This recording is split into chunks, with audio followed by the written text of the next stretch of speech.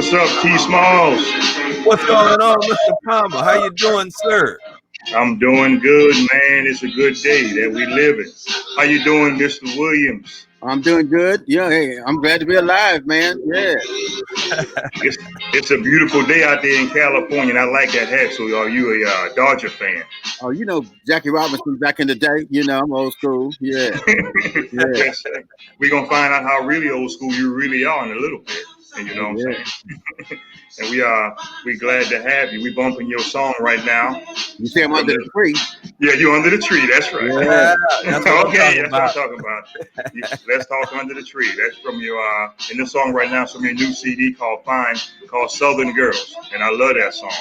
And I want everybody to hear that. Smalls, how you like that, man? Man, I love it. I love it, man. You know what I'm saying?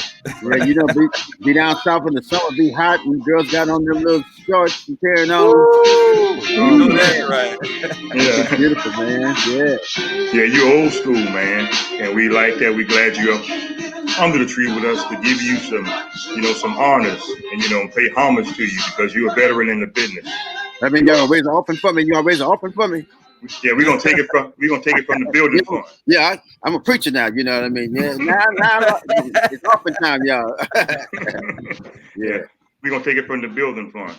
All right. I'm gonna introduce you, ladies and gentlemen. We have Mr. Williams, the international songwriter, here with us today, and we appreciate you taking your time out of your busy schedule to come join us today, man. We're gonna pay homage to you. We're gonna bless everybody with some knowledge that you're gonna share, with everything, man. So go ahead and introduce yourself, and do what you want. Do what you want to do. Yes, girl, I love you. That Lenny Williams right there, and we here up under the tree. That's right. And we just talking and just being for real. Yeah, being for real. Yeah. Back to your new project that you just completed. Tell us about that because it's like a old school sweet style to it. I call it a sweet style. It's smooth. Yeah. And the younger generation, we can vibe to that. Put the sunroof back and right. Do what we do and cruise with it. Tell us about that. Yeah, well, I've been doing this for a long time. I've been doing this professionally over 50 years now, about 53 years, and I was just kind of thinking, wow, it's been a long time. And records, you don't have hardly any record stores anymore. Mm-hmm. And then radio, they don't really play legendary artists, or what they call you legendary artists or old school artists. People like Smokey Robinson put out a record. They don't play it. Gladys Knight, OJ's, me. So it's like, well, what's the use of making records, right? And so I was talking to a couple of friends of mine, like Jay King and different people like that. And they said, no, you got to keep on making records, anyway, just so you can just stay out there, right? And so I was happened to be doing something one day, and a friend of mine asked me to do him a favor and help somebody out. So I went over to the studio to help them out. And then I met this guy, Levi Caesar. And he was the guitar player for Prince in the New Power Generation band. And he had worked with Prince for about 13 years. And so me and him started talking, and then he was young and energetic, and so started talking about writing songs and things like that. And then it kind of got me to get the fever going, right? And so then I started writing songs with him, and then I called my friend DOA, Derek Allen, who just produced a new album on Kim and just produced the last album on Joe and the last album on Keith Sweat. And I was telling him, I said, man, I got the fire going now, So he said, hey, I got a couple songs for you. Let's write. And so then the next thing you know, bam, I got an album and I'm up under the tree with y'all. It's just like that. Things just come together. Yeah. I tell you what we're going to do at the end of this show. We're going to do a little singing contest. You're going to throw a little lyric from your song. We're going to back you up. I'm going to come in second, and my man T Small's going to come in third. We're going to see who's on. Y'all got to put on some shiny and carrying on. Y'all got the We're going to see who's on the best. Yeah. Getting in the Tower of Power, I watched some of your videos, and back then you guys used a lot of horns. So now you're recording CDs. Is just you in the computer in the studio, or what do y'all do now? Well, we do a combination of both. Sometimes we use just the keyboards and get the horn sounds. And I actually had Greg Adams, who is the guy that did all the arrangements when we were in Tower Power, do arrangements on two songs. He did the song, God, I'm trying to think of that ballad, You've Been Good to Me. and he did it on that Latin song. I can't think of the name of it, but yeah. So he did two arrangements, and then I've got a couple other songs that I have horns on. I got a good friend of mine, Jeff Lewis, who plays with the Latin band Tierra, and we use live horns on that. Yeah, so we try to use live musicians as much as we can, but sometimes just the finances of making a record, and then you're trying to get the modern sounds and things of that nature. You want to be kind of in what's happening. Good youngsters like you bobbing your head and stuff like that. So yeah, you just kind of pick and choose and try to do the best you can. Yeah. You work with Sly Stone, and Sly has a reputation. He's pretty energetic. How was that experience working with Sly? Well, I grew up with Sly. We all went to church together. Me, Sly, Walter Hawkins, Ed Hawkins, Tremaine, and so we all grew up in church. As a matter of fact, Levi Caesar, his aunt Dorothy Combs, she sang "Oh Happy Day." Oh, happy Day. She was the one that was singing for that. So we all went to church together, and so then that Sly grew up and and started making records and everything like that. It was just amazing to see. So when you see somebody that like your boy, that make it, then I let you know that you could do the same thing. I mean, maybe that you're not. I wouldn't say that I'm as talented as Sly, but it let me know that I could be successful like that when you see somebody else, take a certain path, because they leave a trail. You just kind of follow the trail, and Sly is a very intelligent person, very super talented, super creative, and it was just a joy to to be around him. Actually travel with him for about a year. Him and Larry Graham was my real good friend in that band. And so, Larry kind of, took me under his wing and kind of helped me with my early career. You also work with Andre Crouch, and I know you have a gospel background. So did Andre try to get you to go back to gospel at any time? No, he never did, but he did want me to do something with him. Right. Yeah. So I would imagine that would have been a gospel record. Right. But matter of fact, Andre and his sister, oh God, I can't think of it. Sandra. They, his twin sister, they came to the studio the day that I was singing "Cause I Love You." The day I made that record, and I'm singing and I'm looking out and I'm looking right dead in Andre's face. People say, "Oh, you had a lot of emotion." I said, "I had to have something." I'm looking at one of the greatest gospel singers ever. And he just staring at me, saying, "Oh, I had to dig real deep." Yeah, I was trying to make Andre shout. Yeah, right. Yeah. Back in the days, you guys did a lot of touring. A lot of folks don't know the dedication and the sacrifice you made being away from your family. How many days a year, from say you started in the early 70s that that you stayed away from home? Yeah, well, when I was in Tower Power, we used to have to go get it because we had 13 members in the band on stage. Then we had 2 managers, we had roadies, the guys that set up the stage, drive the truck, and things like that. And so, we had a payroll of about 17, 18 people, and plus, the overhead and everything like that. So we would just be gone. I mean, my wife didn't even know me when I come home. I call and tell her, get that boyfriend on out the house because here I come. I get 2 or 3 days to get him on out of there. Yeah, yeah. Do y'all usually travel by bus back then, or you pretty much did the flights? Yeah, we travel by bus, by car. Some of the big hauls. We jump on an airplane, but mostly, it was all on the ground. Trying to make that money and save a little bit so we could have something to take home. Yeah, so we tried to do it the least expensive ways, and it gets it's pretty drudgery. It's just getting off the stage sometimes, and then you say, well, we got to go 150 miles instead of staying here tonight. We're going to drive to the next city and then go to the hotel, and you're sweating, and that's probably why I got arthritis right now. Yeah. You have a smooth style to me, like Marvin Gaye. Have you ever worked with him on any projects, or y'all came together? I never worked with Marvin on any projects, but I got a chance to meet him and hang out with him. First time I met Marvin, he's like, "Yeah, Lenny, I heard about you." Said, George told me all about you. He said, you ain't gonna never have to worry about me coming on behind you. And I was like, oh, come on, Marvin, cat like that, but he was a really nice guy. Most of the artists that, the old school artists that came up on the Motown, they were all really nice. They didn't seem to have any jealousy or anything like that. And they always were very warm And yeah, but Marvin was a very, very warm person. We got a chance to go to his house and hang out with him and everything like that. And really appreciated his talent. You're an OG in the game now. You're classified as one of the OGs. So the artists coming out now, what advice can you give them about their contracts? Because you hear a lot about things that go on today. That's very important. I consider you an OG and everybody else do. So drop a nugget on everybody and let them know what to look out for and give them some advice. Well, if unless you've been to law school or unless you English major, I mean it's like you got a card, and you're not a mechanic. Something go wrong with it, you go get a mechanic.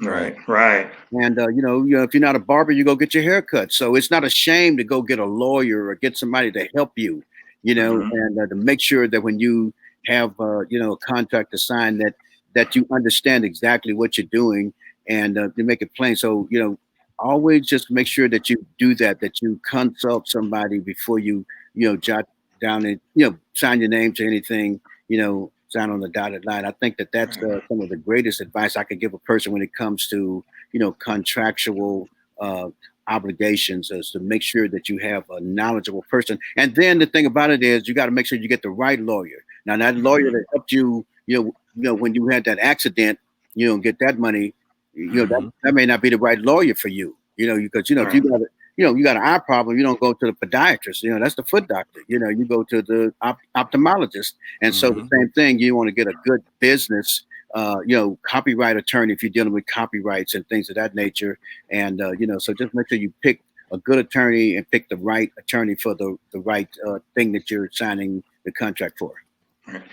I didn't realize that your music was like sampled, as many times as it was. You have artists like Trey Songz, Andre 3000, The Roots, Kanye West, Jay-Z. So Scarface. Yeah. Before you get into that, T Smalls, what do you think about that, man? Because I mean, that's amazing, bro. Man, hip hop is welcoming Mr. Williams, man. As far as his music, that was one of the most sampled songs, and every artist that I have listened to, man, that sampled your song, man, it was beautiful, man. So the hip hop culture really embraced you. Oh, definitely. Yeah, most definitely. And I mean, people, a lot of times people say, I was just talking to somebody earlier today, and they were saying, these hip hop artists, they're not creative. They don't, they can't come up with anything because they're just always sampling. I was like, no. I said, I know people who've gone to Juilliard School of Music and Berklee School of Music, some of the finest music schools in the whole world. And then they get out and they'll go out and they'll get a Beethoven song and their version of that, or get a song by Bach or whomever. And they say that music is classic.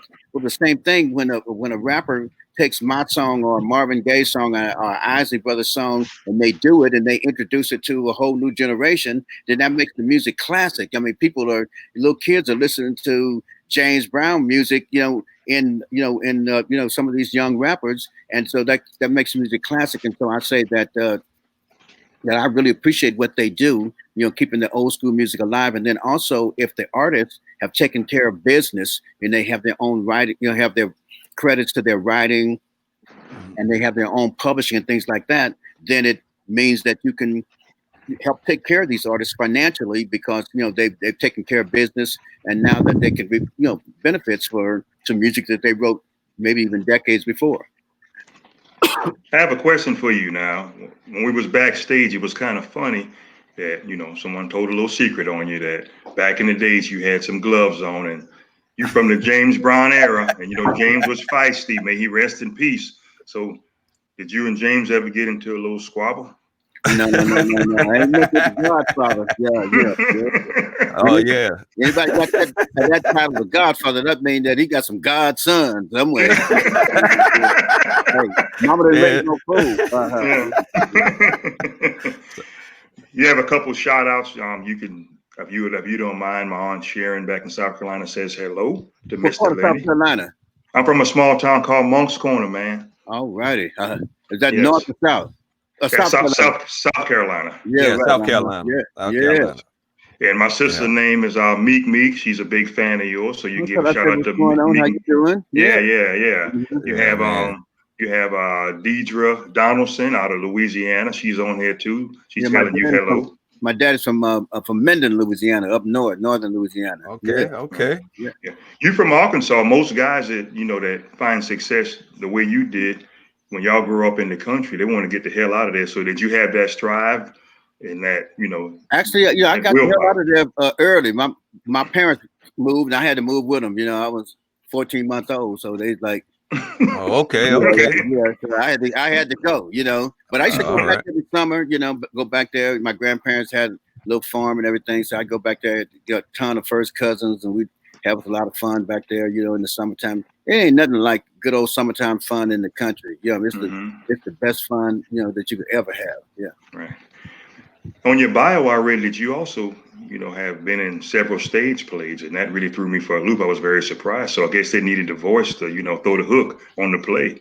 Well, So go ahead. I think back in the day when those stage plays first started happening, like in the late '80s and '90s, they would get artists to come in and help put butts in the seats, Yeah. and then I started, and they just give you a few lines and just let you sing your song, and then I did that for 4 or 5 different plays, and then one time I got in a play with David Talbot. He was the Hmm. playwright. And Hmm. so I was saying, well, who am I? And he told me who my character was. And I looked, and there's a little tiny line. I said, okay, cool. Then I turned the page, little tiny line.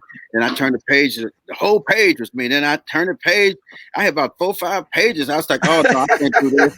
He said, oh, yeah, you can. So he taught me how to, learn my lines and how to interpret my lines and put them forth. And so then after a while, I started, thinking that, that I was, that I was good. Yeah. Yeah. So, plays with Billy D. Williams, Okay. Katrina Arnold, different Okay, people like okay. that. Yeah, so it's been pretty cool. Yeah. I'm gonna give you some props, man. You 75 years old. You still in the game. What's your regimen? I mean, would you work out, walk, what? Keep your vocals intact. Well, I walk every day. I try to walk about 3 miles a day, and I do about 50 push-ups every day. Hmm. And I can do Wow. 50 straight. And Wow. yeah, yeah. Drop down, hit 50. Yeah. I If you know don't that's believe me, I right. do it right now. Y'all want to take a bet or something like that? No. Oh no, no. Hey, we'll take Yeah. your word You for it take my now. We'll word take for your it. Yeah. word for Yeah, if I do it. that, I'm trying to eat, eat decently, trying to stay away from too much fried food, stuff like that. And I do my vocal exercises all the time, just Okay.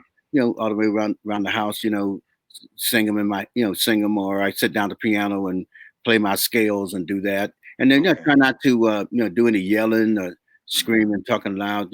I got a wife, 6 kids, 2 dogs, Wow. and Wow. 13 grandkids, so it's kind of hard sometimes not to raise your voice, but I try to keep my voice low, because that raising your voice is not good for you, So Mhm. just taking care of it, yeah.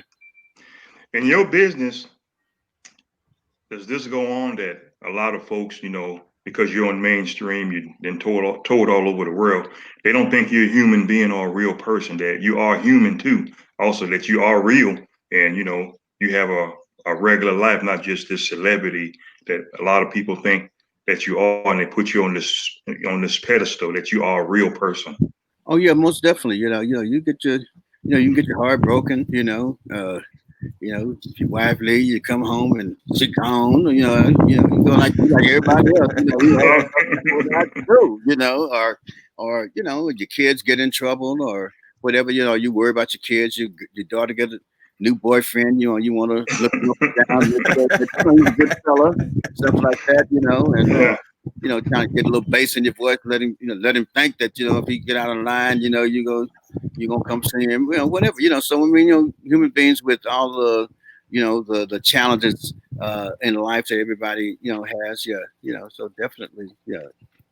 Yeah. You have another hello from my Aunt Barbara in South Carolina. Miss Barbara says hello. Is that Barbara Jean, Barbara Ann? Who's that? Yeah. Miss Barbara Haywood, but we call her Bobby. She don't like that. Just Hey, what's Bobby. up, Bobby? What's up, Bobby? Yeah, yeah. Yeah, yeah. She don't like that. Do you sometimes do what I would say church songs, every now and then around the house, or you go Oh to a yeah, I church sing in locally church. and Yeah, yeah. right. I sing a little church song. when I was growing up, I loved the Soul Stirs. The love of God. That's it. Guide me along my way. The love of God never will let me stray. The love of God will always be there. For the love of God is everywhere. And you know, all my life I was singing that song, and I always thought it was Sam Cooke. And I was talking to Floyd Taylor one day, and he told me, he said, no, that was my dad. That was Johnny Taylor sang that song after Sam had left. You know, because in the Soul Stirs, after Sam left, then they had Johnny Taylor, Bobby Womack was in the band playing guitar, and then Lou Rawls was one of the singers too. You know, so they had a bad yeah. But I always thought when I was a teenager, I'd sing "The Love of God," and I always thought it was Sam, but it was Johnny Taylor. Yeah. Wow. One thing I can say about you, when you called me, I think it was about 10:30 East Coast time. I said, "What the hell? I know ain't no bill collector calling me this time of night." But it was you, and I must admit, I'm a living witness. You are a down to earth person. I can't take it from you, man. Hands we down. all human, right? We all colored folks, and Yes. when you start thinking of yourself as something other than that, then that's when you can get yourself in some trouble. Yep. Right. So, Mr. Smalls, how do you feel about how down to earth this man is? Come on, man. He's very down to earth, man. It's also something, man, that I wanted to point out, man. They say you play the trumpet. Oh yeah, I played trumpet. I started playing trumpet when I think it was like the third grade or the fourth grade in school, and that's how I learned how to read music. Okay. And then we moved from West Oakland to East Oakland. That's when most of the black people in Oakland, California, lived in West Oakland, and then we started integrating East Oakland. So I moved out there, and the first school I went to, they didn't have a band there, and so I kind of dropped out for a year. Then when I went to junior high school, they had a band. I started playing. Then somewhere around about the 8th grade, I don't know, I got too cool or something, and I let the trumpet go, and put it down, and then I never played again until one night I went to church and somebody had a trumpet, and I was in my 20s, and I said, let me see that. And hit a few notes and stuff. And then when I got in Tower Power, they would always come out first and the band be playing. And then I feel funny, right? I'm still backstage. So then I got me a trumpet and start playing, practicing, and then they'd write out a little easy part for me, and I'd be out there playing with the band. I'd like to find me a video of that. I know there's one around somewhere, a couple of them around where I was actually playing, on the bandstand with the band playing my trumpet. Yeah, but I haven't practiced in a while though. But I've been thinking about it though. Yeah, it's probably somewhere on YouTube somewhere. Yeah, I'm finding one these days. Yeah. What we gonna do? My DJ's gonna get your song ready, because when you play that song, everybody at the barbecue kick the table over and just burn the meat up, because they lose their mind in the song because I love you. We're gonna see who can sing it the best. My co-host, we just gonna do a little 30 seconds or so, and we're gonna ask you to do what you do, and we're gonna join in. We're gonna see if we can sing it better than you. How about that? I'm gonna do my best. Yeah. We just gonna, we're gonna let you start. We just gonna play around a little bit, have a good time. You know what I'm saying? Go ahead, DJ. And we're gonna don't kick nothing over, slap the mic now, Mr. Smalls. Because everybody just go crazy. Nah, I ain't gonna do that, man. Yeah, go ahead. You can lip sing it if you want. Go ahead, Smalls. You're gonna start it off. All right, I'm gonna start it off. Check it out. All right, I'm gonna hit it. I'm gonna start off. Girl, you know I love you. No matter what you do. Hit it, Smalls. And I hope you understand me. Every word I say is true. Cause I love you. Baby, I'm thinking of you. Trying to be more a man for you. Hit that high note.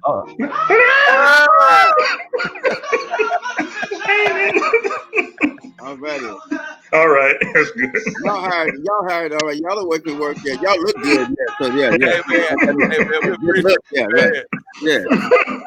Let me ask you a question, man. What is it about that song? Everybody just flip the tables over, burn the meat up, slap somebody. They don't care because Steve Harvey did it on the Kings of Comedy. He Right. just he knocked the mic down and he just lost his mind. He said, "Everybody stand the hell up."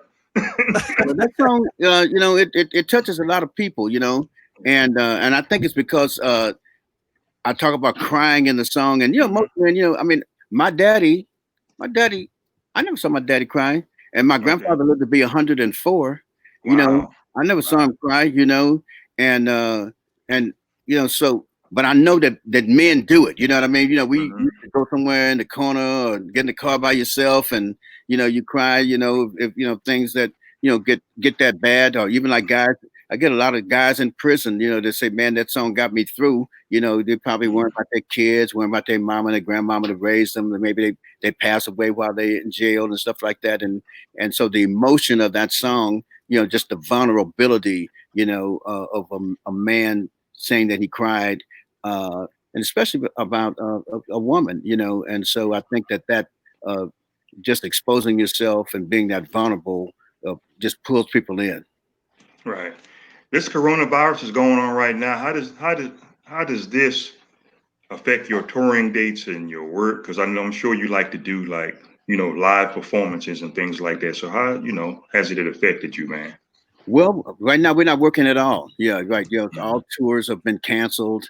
I see some people out there doing some things, but I just like to warn them, to be careful, because a night of fun, making a few dollars is not worth your life or the life of your family. But Right. right now, there's no shows or anything like Mhm. that. So just it's a good time to write, a good time to think, be reflective, think about your life. Interact with your family, things of that nature, and get ready for when when the opportunity comes back to do shows. Yeah, I want to go back to your new CD, and you said back in the days you had a full band. So now, how long does it take to make the CD, especially the one that you have out now? How long is it quicker? Well, it can be quicker. It all depends on the writing process. If you have the right songs and things of that nature. And then you know, it just kind of started out with me. It took a long time for me to do this record because I just kind of started out, haphazardly. I did one song, then I did another one, and I was just writing. And then I, then after you get about four songs, you say, "Oh shoot, I'm, six more songs, I got a record," and then you kind of get on a roll. Yeah. So the first part of it was, just kind of like slow process, and then Mhm. when I got about 4 or 5 songs, I'm saying, "Oh man, shoot," then I started really trying to make it work. Yeah. So, but I think it just really depends on your schedule and how fast you want to finish the record. Yeah. Right. Sonia Mayo out of California says she love it, and you have another comment from Miss Jacqueline King says real men cry. You had a lot of fans on here, man. Oh, I appreciate that. Yeah. Yeah, yeah. Yeah. Miss Yes, I would let people know. Yeah, the new record is doing good. We've been out a little bit with it, and getting a lot of success with it. And it's up, on iTunes and Spotify and all of that, Amazon. And actually, I just got some CDs in, because we weren't doing CDs, because most everybody's downloading everything. Mhm, And I started having some people, like, "Hey, Lenny, I want a CD." mhm. So we went and got some CDs made, and so we got CDs too. And if anybody want those, they can go to LennyWilliams.com and let me know, and we can make that happen too. Yeah. That song "Southern Girl" on the CD. That song is fire. I Oh like. yeah. I love that song. Are you speaking from experience? Oh yeah, yeah, yeah. Hey, I've been married. Let me see. I've been married Uh-oh. 3 times. First Okay. girl from Monroe, Louisiana.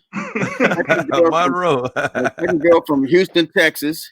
And I've been with this one here for 42 years, and she from outside of Dallas. And God, I'm thinking of that little town she's from outside of Dallas, Texas. And so yeah, all Southern girls. Yeah, Southern Girls. yeah. And we gonna play a little clip of that song. I'm gonna get the DJ to do it real quick, and we're gonna let everybody hear that because that song's fire. I I mean, appreciate that. Yeah. if nobody don't like that song, they got a problem. Yeah, we love that song. Matter of fact, we're working on a video of it right now and trying to get that out, and then hopefully that's going to be our single coming out pretty soon. Yeah. Yeah, when I heard that song, I didn't even have to, listen to the rest of the album. The rest is fire too. I did listen to the other tracks, but that Southern Girl, I don't care what age you are, but hey, yeah, Yeah, I had a girl right now. I told her I'm looking for girls in the video, and she's like, "Well, I guess I can't be your kid. I'm from California." I said, "Your mama, your grandmama was from the South. You're a Southern girl." Yeah. Yeah. Hey, go right ahead. Can y'all hear it? Yeah. Oh, yeah. Sound good. Yeah. That song tight right there. Thank you.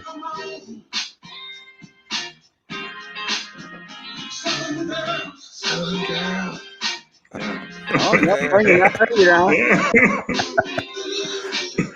That's a jam right there. Yeah. That's a jam right there. Yeah, that's a jam right there. If you don't like that, you got a problem. Yeah. Hey man, I tell you, this right here is jamming right here, man. And I'm a young guy, man. So you know me, man. That's dope right there. Yeah, appreciate that. Yeah. We play about 30 more seconds of it. Yeah. That song has like a Southern soul sweet sound to it. Oh yeah, man.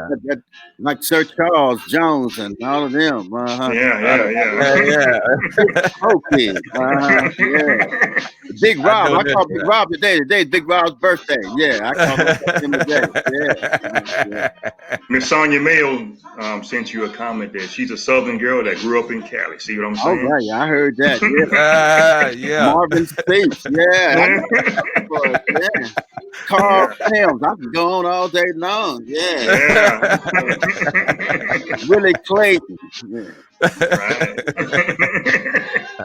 Yeah. That's it right there. All right. Let me ask you this. In the climate in America that we are in now, back in the days you did a lot of touring. Did you have any like racial discrimination towards your music, or was it fair across the board?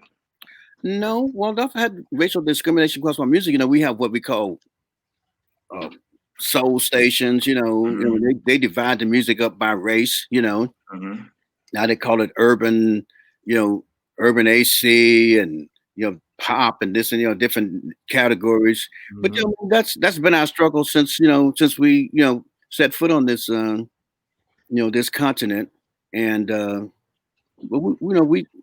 we fight through that, Right. We survive and we're overcomers, and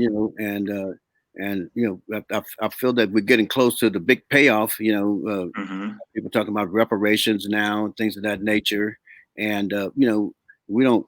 Our hope is not on that, because I look at my dad. My dad went to third grade, was able to buy a house and do the things that he did.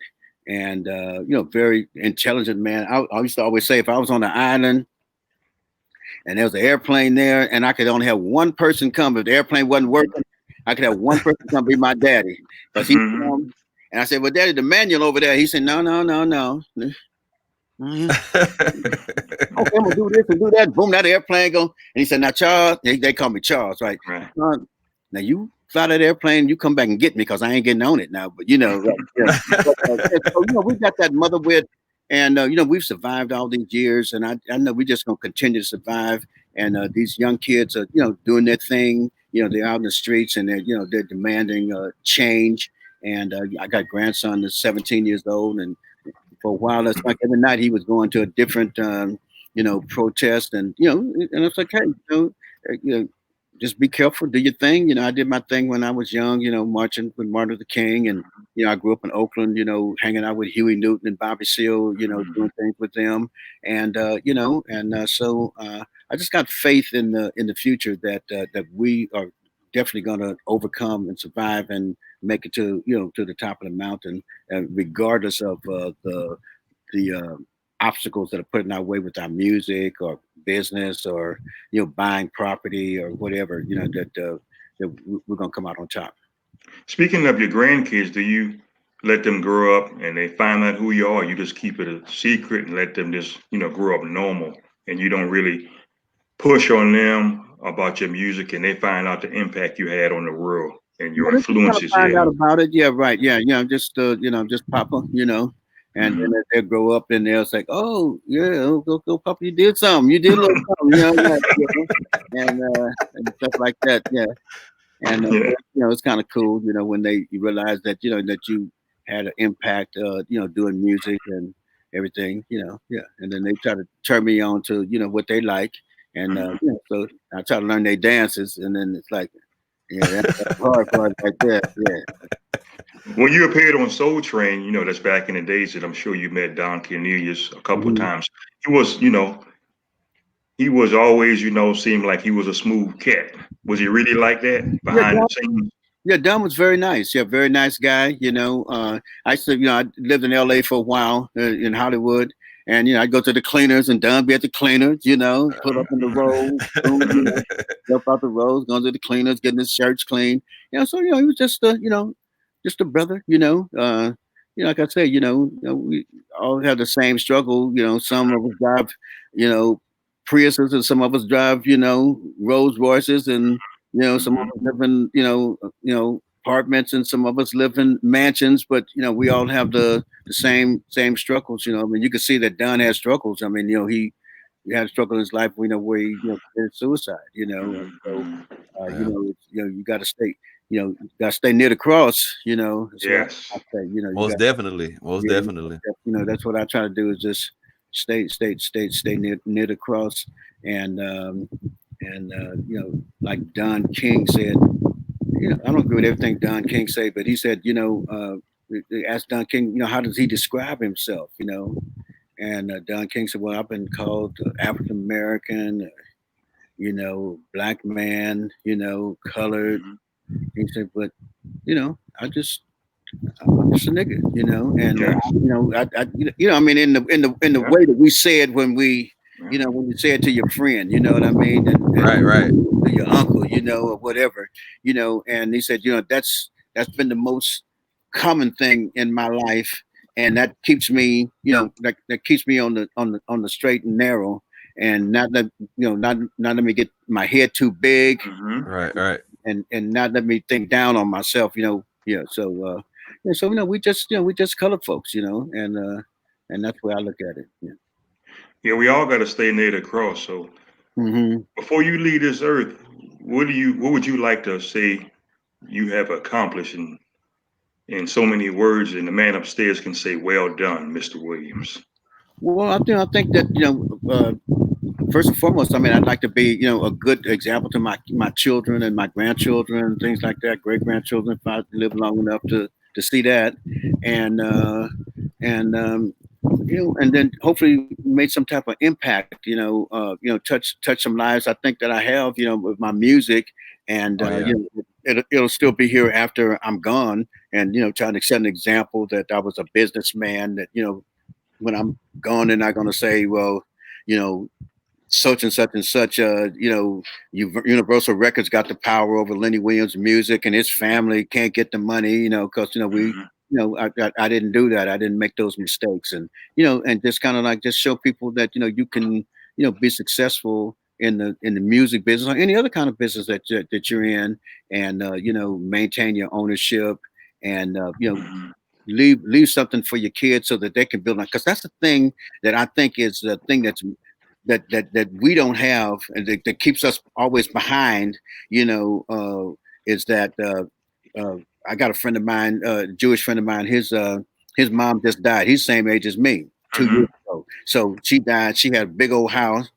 So him and his sister, they sold the house, and sold, got their daddy. The daddy had already died, and had left some money in the stocks, and each of them got about 300,000 apiece. But a Hmm. lot of black folks, when our parents died, we trying to, put a little money together to put them in the ground, and so we don't have that generational wealth that's left over, so that my friend now, he had, he was a successful guy, but then he started using dope, and kind of came down in life, but then boom, at 70 something years old, he got $300,000. He could start all over again, and Right. and so and live out his life. And so I think that that's the thing that we need to do. So hopefully, that I'm able to do that, and leave an example for other people to do the same thing. That we build that generational wealth that we pass on to our kids and our grandkids, and then at some point in time, we were the kings and queens that we are. Yeah, you have some compliments. They teach that generational wealth. Everybody agreeing with what you're saying, man. Right. Yeah. And they say, yeah. they're also saying leave a godly legacy, man. Yeah, leave a godly legacy. Yeah, right. Yeah, and I mean, I think about it all the time. I go walking, and I think, I thank God that my parents, raised me in church. And that's like, BTU, BYPU, I went. But my mama was Church of God in Christ, and my daddy was Baptist. So I went, to BTU with the Baptist Training Union, the YPW, Young People's Willing Workers Church of God in Christ. My grandmama was Methodist, and it's like, but all of that, and then and lived on the same block where there's the Catholic Church. We used to go down there, but that spirituality is in me, and and so just keeps me on the straight and narrow, So it's like, well, Lenny, did you around all those drugs? Did you do this? Did you do that? And I just say, hey, I put my foot in the 3 feet. I never did go past the 3 feet. I mean, boys want to go to 5 feet, 9 feet. I ain't gonna do. I remember I was in Amsterdam, and I'm at a Coliseum, and it's like we in one of them tunnels underneath the Coliseum. You're not gonna have where the football players play. And I look way down there, and I see Billy Preston, right? Come here. And he's with this white boy, right? So I get down there, and the white boy happened to be Mick Jagger, right? Wow. Right. So then, they had a little something, And so I was like, yeah, the peer pressure was there. Who don't want to hang out with Mick Jagger, right? Right. Big rock star and everything. And I'm like, I had to make that decision, And I was like, no, I'm cool. I had to turn around and walk away. And it was a long walk, because I said, well, maybe I embarrassed Billy, hurt his feelings because he's trying to, met with Mick and his boy. But then I'm thinking, I got 2 sons at home. I gotta, do what I gotta do, Yeah.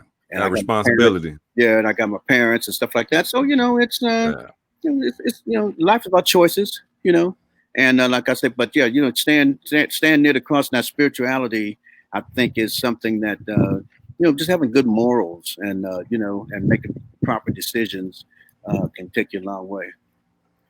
Yeah, we love you, man. Ladies and gentlemen, we want to, give this man, a round of applause if you can from home. Mr. Lenny Williams, took his time out and was very humble to come up under the tree with us. And we appreciate you, man. So Smalls, where's he at? We talking up under the tree. Mr. Williams, what's the best podcast show in 2020? And are we talking about furthermore? Under the tree, up under the tree. Yeah. There you go. Yeah, we love them Southern girls, That's and right. you let them know about the CD. Fine, it's out there. You can go check it out. And I appreciate everybody for their support. Yeah, most definitely. Yeah. Smalls, give him some love about that CD. Go ahead and hit it, man. Hit it. Go ahead and give everybody some love about getting his CD. Do what you do. Everybody, man, make sure y'all get the CD, man. Southern Girl, y'all do what y'all got to do. Get the CD, play the music, man. Go to your radio station, go to iTunes, Spotify. Y'all know all the digital outlets, man. Go get it. That's right. And that's what we're talking about right there. So, DJ, give us some, Indian music, whatever you want to play. And we love this man. He took his time out to come talk with us today under the tree. Former member of Tower Power. His music is sampled all across the world. Soul Train worked with Sly Stone, Andre Crouch, Billy Preston, everybody. And he's still doing it. He's still in the game. I mean, what else can you say? I mean, I don't know. What can you say? Yeah, I'm under the tree. Yeah. I know that's right. Hey, greatness speaks for itself, man. You know what I'm saying? Yeah, a lot of me up under the tree because I'm free. Let it be. Let it be. Yeah. Yeah, a lot of guys your age, they don't give us the time of day and drop a nugget with knowledge like you did, man. We appreciate it. we humbly appreciate it. You know, I had people give me knowledge, Johnny Guitar Watson, people like that. Yeah. Yeah, and we'll never forget it, man. You just made history up under the tree with us, man. And God bless y'all now. We appreciate it. Don't hang up yet. We're gonna end this, and we're gonna say a little prayer before we go. All right. Lord, thanks for blessing this podcast, Mr. Lenny Williams for coming, Mr. T. Smalls, all the fans, and have a great week. Let him continue to, do his music. Keep him safe from the coronavirus. Keep everybody safe in the United States from the coronavirus. And be blessed all week, safe from all harm and danger. In your name we pray, amen. Amen. Yeah, we appreciate you, man. And anything you want to say in closing, Mr. Williams? Well, I'd just like to say I thank everybody for supporting me all these years. Going to buying tickets to come to the concerts, calling the radio stations, buying the CDs, and I want you to know that I appreciate it and I don't take it for granted. Right. And when I started listening to the song, I love you. I mean, I almost kicked the table over myself. Yeah. And well, don't let the meat get on the ground. Don't kick the meat on the ground. Yeah. I didn't even know why. Nah. Don't let them ribs fall on the ground. Yeah. I didn't even know why I was kicking the table. Oh man, I used to ride down the highway. I still do it now, man. And I turn my music up with my system in the trunk and be like, "All right, I'm bumping some Lenny today." Yeah. I'm gonna say this in closing. When my grandmother played your song, she looked at me and said, "Shut up." You want to hear it? Yeah. But we love you. We love everybody for watching, and stay on. We want to get off the air. And, we had a great time, man. I appreciate you guys, what you're doing. Yeah, that's great, man. You're giving artists a platform. Yes, sir. All right. We love everybody. Thanks for talking under the tree with us, and we'll catch y'all on the next time. And we here, and we out at the same time. Peace.